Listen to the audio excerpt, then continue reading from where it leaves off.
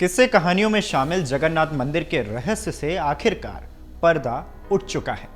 जो सच सामने आया है वो चौंकाने वाला था, हैरान करने वाला था, एक पल को सोचने पर मजबूर करने वाला था।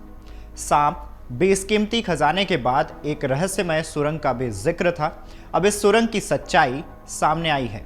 46 साल बाद पहली बार बीते 14 जुलाई को खजाना खोला गया।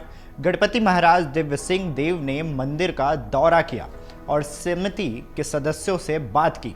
इस मामले में क्या कुछ अपडेट सामने आए हैं, चलिए बताते हैं। जहां एक तरफ सुरंग का जिक्र हो रहा था, अब इस पर यानी उड़ीसा के पुरी में श्री जगन्नाथ मंदिर के रत्न भंडार के इनर चैम्बर में सुरंग को लेकर रहस्य से बरकरार रहा है। ऐसे में गणपति महाराज दिव्य सिंह देव ने सुझाव दिया कि पुरातत्व विभाग इसकी जांच के लिए आधुनिक तकनीक का इस्तेमाल कर सकता है। एजेंसी के अनुसार कई स्थानीय लोगों का मानना है कि मंदिर के रत्न भंडार के भीतरी कक्ष में गुप्त सुरंग है। इस पर दिव्य सिंह देव ने कहा है कि एएसआई भंडार की स्थिति जानने के लिए लेजर स्कैनिंग जैसे उन्नत उपकरणों का भी उपयोग कर सकता है। ऐसी तकनीक से सुरंग जैसी किसी भी मौजूद संरचना के बारे में जानकारी हासिल की जा सकती है। हालांकि सुपरवाइजरी कमेटी के अध्यक्ष और उड़ीसा उच्च न्यायालय के पूर्व न्यायाधीश न्यायमूर्ति विश्वनाथ रथ ने कहा है कि जब हम रत्न भंडार के भीतरी कक्ष में गए तो वहां निरीक्षण करने पर हमें सुरंग का कोई सबूत नहीं मिला। इतना ही नहीं, आपको ये भी बता दें कि रथ ने लोगों से इस विषय पर गलत सूचनाएं शेयर करने से बचने का आग्रह भी किया है। बता दें कि विश्वनाथ रथ 10 अन्य सदस्यों के साथ रत्न भंडार के भीतरी कक्ष में 7 घंटे से अधिक समय तक रहे। समिति के एक अन्य सदस्य और सेवादार दुर्गादास पात्रा ने कहा है कि हमें रत्न भंडार में कोई गुप्त कक्ष या सुरंग नहीं दिखाई दिया। रत्न भंडार लगभग 20 फीट ऊंचा और 14 फीट लंबा है।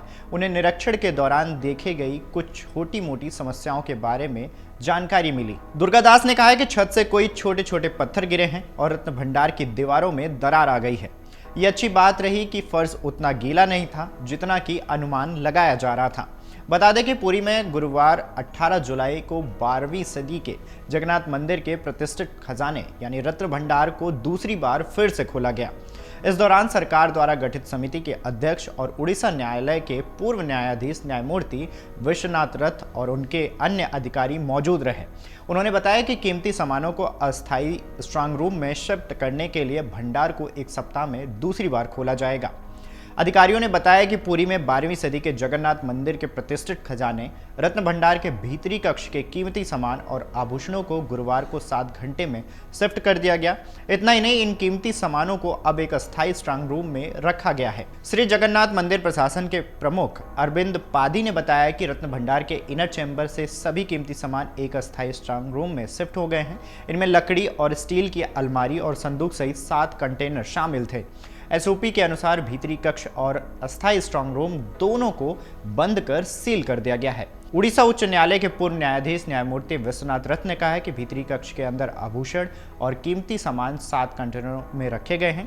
इनमें 3 लकड़ी की अलमारियां, 2 लकड़ी की पेटियां और एक स्टील की अलमारी और एक लोहे की पेटी शामिल थी। सभी कीमती सामानों को नए कंटेनरों में रखा गया है और स्ट्रांग रूम को सील कर दिया गया है। वहीं चाबियां पुरी के कलेक्टर को दे दी गई हैं। चाबियां खजाने में रख दी जाएंगी। वहीं इस खजाने के बारे में न्यायमूर्ति रथ ने कहा है कि हमने आंतरिक कक्ष के अंदर जो कुछ देखा वो गोपनीय है। जिस तरह कोई अपने घर में कीमती सामान का खुलासा नहीं कर सकता, उसी तरह भगवान के खजाने को सार्वजनिक रूप से बताना अनुचित होगा। इस दौरान न्यायमूर्ति रथ सहित 11 सदस्यीय टीम ने सुबह 9:30 बजे के आसपास रत्न भंडार पहुंची, दरवाजा खोला, लेकिन इससे पहले समिति ने भगवान जगन्नाथ से आशीर्वाद मांगा।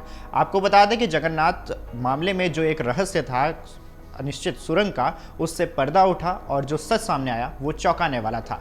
अगर आप ये वीडियो YouTube पर देख रहे हैं तो हमारे चैनल को सब्सक्राइब करें और बेल आइकन को दबाना ना भूलें। अगर आप Facebook पर ये वीडियो देख रहे हैं तो हमारे पेज को लाइक करें।